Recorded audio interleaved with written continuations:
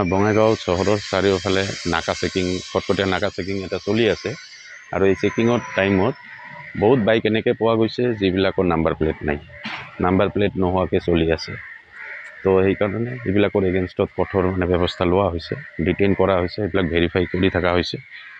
আৰু এতিয়ালৈকে 40-50খনমান ধৰা হৈছে আৰু এনেকৈ চলি থাকিব, অব্যাহত থাকিব। বঙাইগাঁও থানা এৰিয়াত চাৰিওফালে নাকা লগাই দিয়া আছে। আমাৰ মোবাইল পেট্ৰলিং পাৰ্টিও ঘূৰি থাকে। যিসকলে নাম্বাৰ প্লেট নোহোৱাকৈ বাইক চলাই থাকে, ড্ৰাইভিং লাইচেন্স নাই, নাম্বাৰ প্লেট নাই, তাৰপিছত যিবিলাকে ষ্টাণ্ট কৰি থাকে, তেনেকৈ বাইকবিলাক থানাত ডিটেইন কৰা হৈছে। আৰু কিছুদিন ধৰি এইটো অভিযান চলি আছে আৰু চলি থাকিব।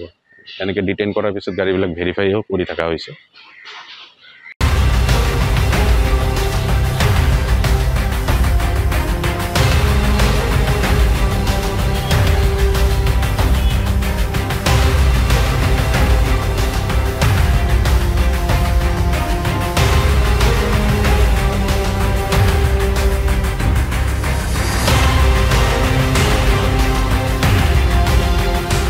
আমাৰ বঙাইগাঁও চহৰৰ চাৰিওফালে নাকা চেকিং কটকটীয়া নাকা চেকিং এটা চলি আছে আৰু এই চেকিঙৰ টাইমত বহুত বাইক এনেকৈ পোৱা গৈছে যিবিলাকৰ নাম্বাৰ প্লেট নাই, নাম্বাৰ প্লেট নোহোৱাকৈ চলি আছে।